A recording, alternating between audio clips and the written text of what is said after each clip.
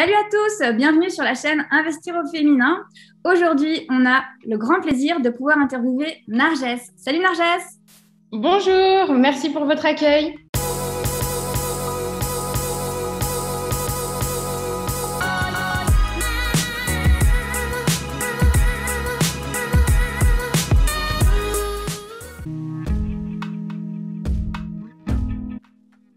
Je suis née en 90 dans l'Ain à Bourg-en-Bresse. En France, en région lyonnaise et aussi aux États-Unis. Les deux. Mon objectif dans la vie, c'est kiffer la vie.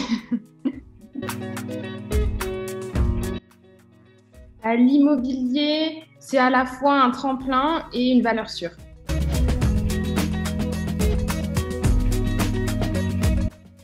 Absolument pas.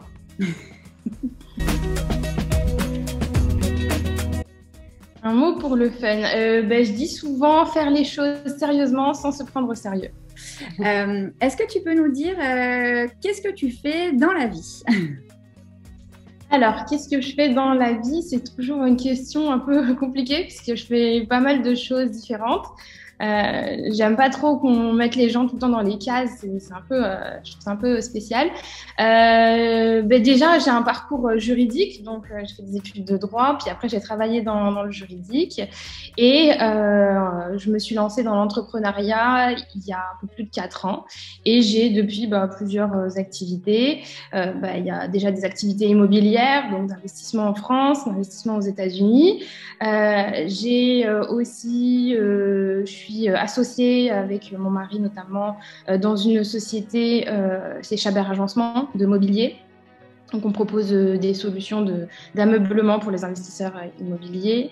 On a aussi une société de champagne, donc rien à voir. J'ai aussi une marque de textile.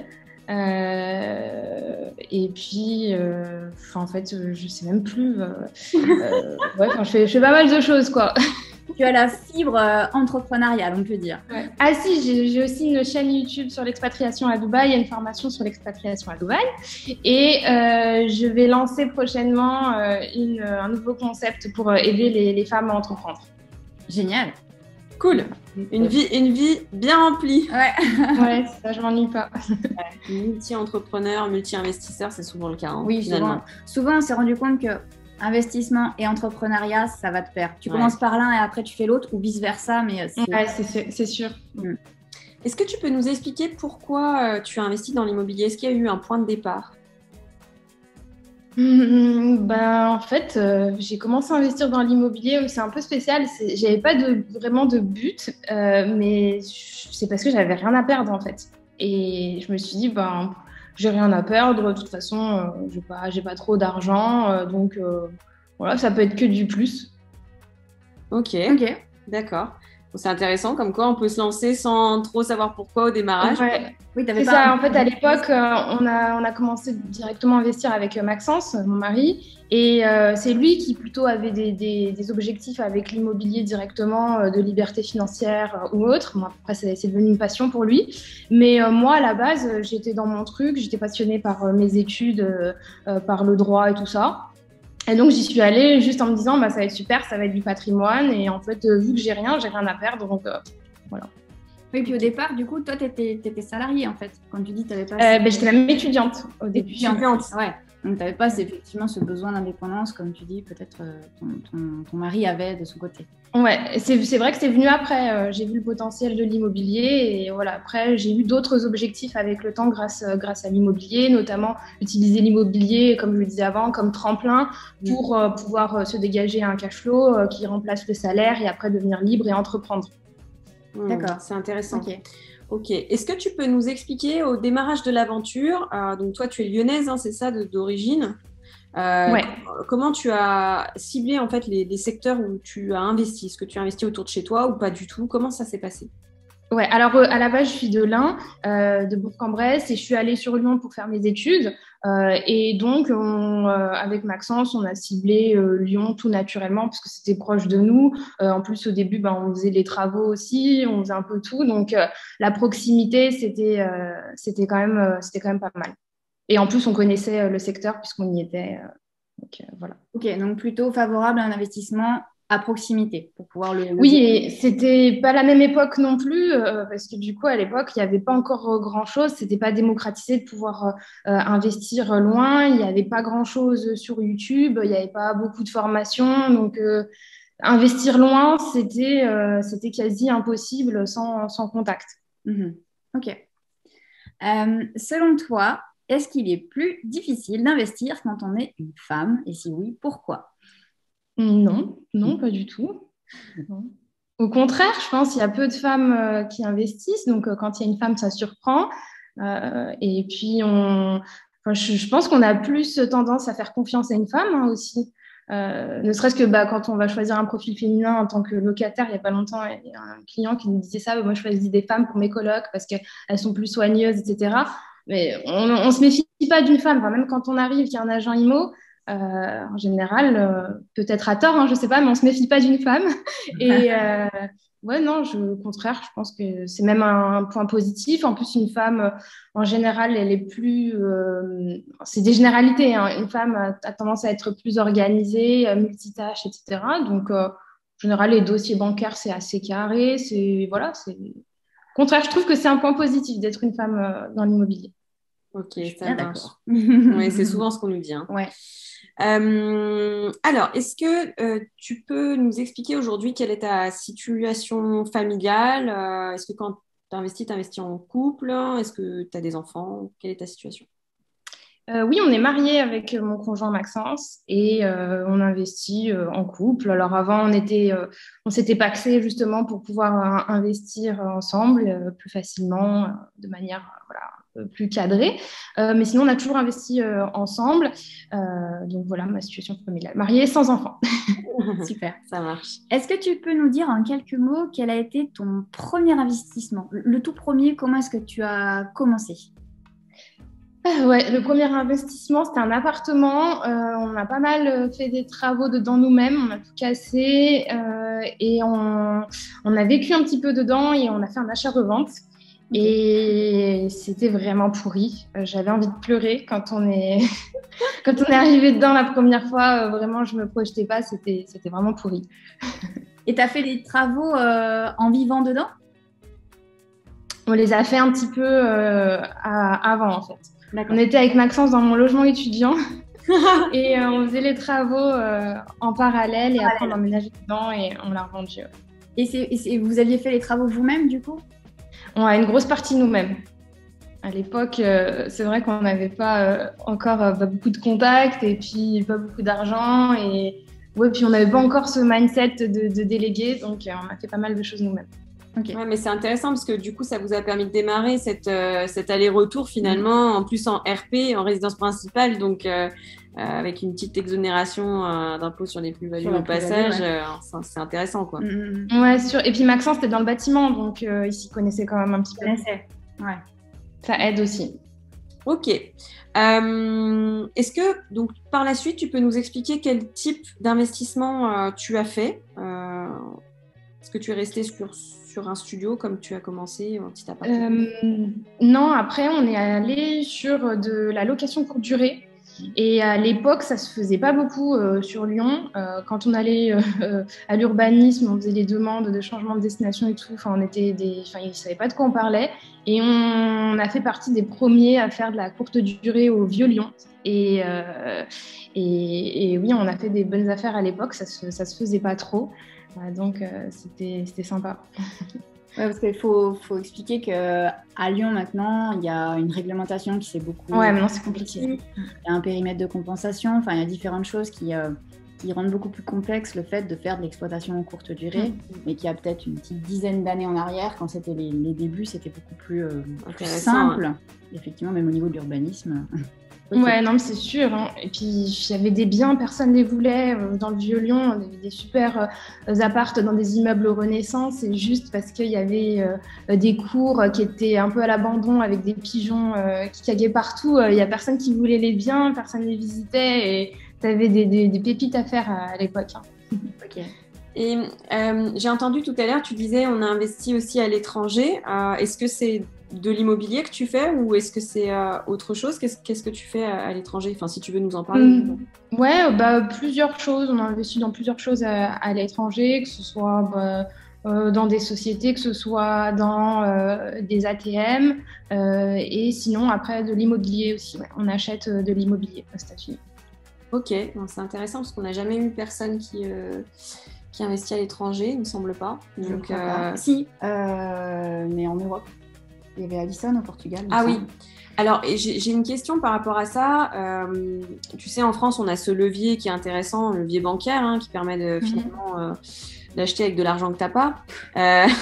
Mais est-ce qu'à l'étranger, c'est le cas ou est-ce que c'est quand même, il faut quand même un peu plus de cash pour passer à l'action? Ça dépend vraiment des destinations. Même aux États-Unis, ça va dépendre des États. Donc, c'est compliqué de répondre à la question, mais de manière générale, il faut quand même de l'apport aux États-Unis ou quand on est à l'étranger, tout simplement parce que s'il y a un problème, ils ne peuvent pas venir rechercher, essayer de recouvrer l'argent à l'étranger. Donc, ils essayent toujours de se sécuriser, au moins déjà avec la valeur du bien et avec un minimum d'apport. Donc, aller investir à l'étranger, à mon avis, c'est dans un second temps, quand on commence à être capé en France, ça peut être intéressant d'aller chercher d'autres sources d'investissement ailleurs. Et puis, c'est des marchés complètement différents. Par exemple, aux États-Unis, oui, il faut de l'apport la plupart du temps, mais après, on a des super rentabilités, des choses qu'on trouve plus difficilement en France. Tu as un super système, tu peux te faire refinancer. Enfin, les banques, ça n'a vraiment rien à voir avec le système français. Donc, ça peut venir compléter pour un investisseur voilà, ces projets d'investissement lorsqu'ils commencent à être un peu bloqués en France. Mais la France reste quand même, quand on est français, un super endroit pour investir lorsqu'on débute et qu'on n'a rien. Il y a quand même des opportunités incroyables. On peut commencer à emprunter 110%. Enfin voilà, c'est extraordinaire pour débuter. Je crois que c'est un des rares pays quand même où tu peux investir sans apport. Alors un petit peu moins là maintenant, 2021, depuis début d'année, où ils ont un petit peu quand même resserré les vannes, mais tu as dans plein d'autres pays où ils demandent au moins 10%, 20%, 30% d'apport. C'est vrai que le 10% ou même le 130%, quand tu fais achat, frais de notaire et travaux, tu fais tout financer par la banque. C'est quand même un super levier qu'on a en France. Ouais. Ouais, et puis le particulier est vachement protégé en France. Donc, moi, c'est pour ça que je disais au départ, en plus, avec mes études de droit assez cartésiennes, je me disais, j'ai rien à perdre, j'y vais. Et au pire, en fait, ce qui se passe, c'est qu'ils saisissent le bien. Si vraiment je fais un mauvais investissement. Alors qu'aux États-Unis, quand tu as une dette et qu'il y a un truc qui se passe mal, alors si ça se passe très bien, que tu es bien encadré, que tu es bien formé, tout ça, tu peux faire beaucoup d'argent et devenir beaucoup plus riche qu'en France. Il y a beaucoup de fortunes aux États-Unis qui se sont faites avec l'immobilier. Mais derrière, si tu te casses la figure, tu n'es pas protégé. La dette, c'est sur toi. Ça peut même aller sur les générations futures, etc. Donc, alors qu'en France, même si c'est insolvable, le juge il efface la dette ou autre et voilà, on ne peut pas venir chercher sur ton patrimoine personnel, c'est plus compliqué. Et c'est aussi pour ça qu'après, au bout d'un moment, on est capé parce que la banque, elle va voir ton endettement personnel. Et là, d'où l'intérêt là à aller investir après aux États-Unis. C'est deux systèmes complètement différents. Il faut prendre le bon de chaque système. Après, dans d'autres pays, il y en a qui investissent dans plein d'autres pays, Thaïlande, tout ça. C'est des spécificités locales aussi. Parfois, tu ne peux pas, en tant que particulier, acheter, être détenteur à 100%. Il faut qu'il y ait un local. Des fois, oui, voilà, il y a plein des spécificités. C'est un petit peu compliqué. Après, il faut faire du cas par cas. Mais investir à l'étranger, ça peut être une bonne chose. Ok, mais plutôt dans un second temps. Ouais, pour diversifier, quoi. Ouais. Ok. Ouais, à mon avis, oui. Vas-y. Narges, qu'est-ce que tu détestes, on va dire, dans l'immobilier? Truc vraiment que tu détestes. Je déteste rien, parce que de toute façon, quand j'aime pas faire un truc, je le laisse à quelqu'un d'autre. Tu délègues. Mais non, après, ce qui est un peu embêtant en France, c'est aussi la différence avec les États-Unis, c'est que ça va pas assez vite. Tout ce qui est administratif, les notaires, c'est long, c'est très très long. Quand tu veux aller vite, que tu as des objectifs et tout ça, c'est un petit peu embêtant. Ouais. Et au contraire, qu'est-ce que tu adores dans l'immobilier ? Qu'est-ce que j'adore dans l'immobilier ? Moi, j'aime bien la déco. D'accord, ok. C'était toi qui gérais la partie déco, du coup Ouais, au début, chez Chabert Agencement, c'était moi qui gérais la partie déco. Maintenant, j'ai délégué à des décorateurs, mais au départ, je faisais ça et ça me plaisait bien, c'était chouette. Ok, top. Alors, on dit que l'immobilier n'est pas de tout repos. Est-ce que tu aurais une anecdote qui correspond à cette phrase à nous partager ? Il y en a plein, mais une anecdote d'un truc qui a été un peu difficile. Alors, qu'est-ce qui me vient en tête ? À un moment, on s'était positionné sur un bien et justement, la longueur, ça arrivait en été et avec le compromis, tout ça. Et en fait, les banques étaient en vacances et tout a traîné. Et en fait, on a mis du temps à avoir notre prêt. On a dépassé les délais et du coup, entre-temps, le propriétaire avait trouvé une meilleure offre et il voulait faire annuler la vente. Sauf que lui s'y est mal pris aussi, donc il n'a pas dénoncé le compromis dans les délais, parce que c'est quand même un contrat, donc tu as des choses à respecter, des délais, etc. Et au final, on n'a pas lâché l'affaire, on a dû prendre un huissier pour lui signifier, le forcer à venir signer. Et finalement, il est venu signer, mais on a eu des sueurs froides. Et voilà. Après, dans l'IMO, des fois, il faut savoir lâcher. Il faut se dire, si c'était pas fait pour moi, c'est le destin, il faut lâcher. Mais parfois, il faut pas lâcher quand c'est une bonne affaire et que on sait qu'on est, on est dans nos droits, etc. Il faut pas lâcher. Et ça peut être compliqué. Il y a toujours des histoires. Voilà. Ok. Je me souviens, Max m'avait parlé de ça. Ah ouais ? Ah ouais, il m'avait raconté, il m'avait dit... Vous aviez mis la pression et vous aviez un bon notaire d'ailleurs. Ouais, mais c'était chaud parce qu'en plus, il voulait pas lâcher. On avait eu la première date de signature, il n'est pas venu du tout, le propriétaire. Donc on a dû tout réorganiser, signifier, envoyer l'huissier. Ça lui a pas fait grand-chose, il n'est pas allé. Et en fait, il y avait sa maman avec lui en indivision, je sais pas quoi, parce que c'était le bien du papa qui était décédé. Et on avait signifié l'huissier à la petite mamie. C'est pas très très drôle de faire ça, mais du coup, comme la petite mamie, elle a eu peur en voyant l'huissier arriver, ça fait bouger les choses. Voilà, faut en arriver à faire des choses, franchement. Ouais, c'est pas marrant. Quoi. Faire appel à un non, c'est pas marrant. Toujours. Le mot huissier, il est. Ouais, mais c'est ça. Mais voilà, des fois, tu as des situations un peu stressantes. Voilà, c'est l'immobilier, c'est pas toujours rose. Ok. Est-ce que tu as des mentors, des personnes qui t'ont inspiré dans l'immobilier ou dans l'entrepreneuriat, parce qu'on a une communauté qui est aussi entrepreneur. Si tu veux nous partager ça. Oui, alors dans l'entrepreneuriat, il y en a plein. Dans l'immobilier, je dirais, j'aime bien Grant Helena Cardone. Ok. Après, c'est de l'immobilier à l'américaine. On aime ou on n'aime pas. Il y a des trucs que j'aime pas forcément, mais des trucs qui sont pas mal. Après, dans l'entrepreneuriat, il y en a plein. Je m'inspire au quotidien d'histoires. J'écoute des podcasts, des réussites comme des échecs. Il y a plein d'histoires fascinantes. Après, j'ai pas un mentor qui ressort. D'accord. C'est plus des inspirations un peu de partout. Ok, ça marche.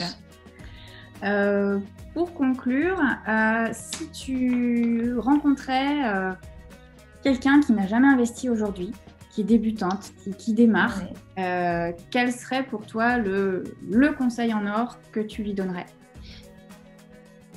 Alors, le conseil en or que je lui donnerais, que la personne soit passionnée par l'immobilier ou pas du tout, peu importe. Aujourd'hui, on a plein d'outils. Donc, si elle veut se lancer, qu'elle y aille. Et comme je disais avant, on est quand même dans le système français, on est assez protégé, il y a peu de risques. et de se former. Aujourd'hui, c'est possible. Il y a plein de gens qui font de très bonnes choses. Donc, faut se former. Et puis, bien s'entourer aussi. Donc, ne pas hésiter, même si c'est un peu plus compliqué depuis la situation sanitaire, mais faire des rencontres, rencontrer des personnes, rejoindre des groupes, des clubs comme le vôtre et bien s'entourer et puis y aller, hein, tout simplement. Ok, bon, bah, merci. Se lancer, se former, s'entourer. Ouais. C'est s'entourer. Moi, tu vois, j'ai commencé par s'entourer, tu vois. C'est vraiment comme ça que ça a commencé. En fait, c'est la rencontre avec des vraies personnes, des vrais profils qui sont passés à l'action. Et c'est ça qui, moi, en tout cas, m'a donné de l'énergie, tu vois. Ouais. Je me suis dit, waouh, c'est possible, il l'a fait. Alors, moi aussi, je vais faire pareil, tu vois. C'est sûr. Donc, C'est sûr. Bon, bah, merci à toi pour ce moment de partage. Merci beaucoup. Merci à vous, avec plaisir. Et puis, je te dis à très vite, du coup, dans une prochaine vidéo. À très vite. Merci. Au revoir.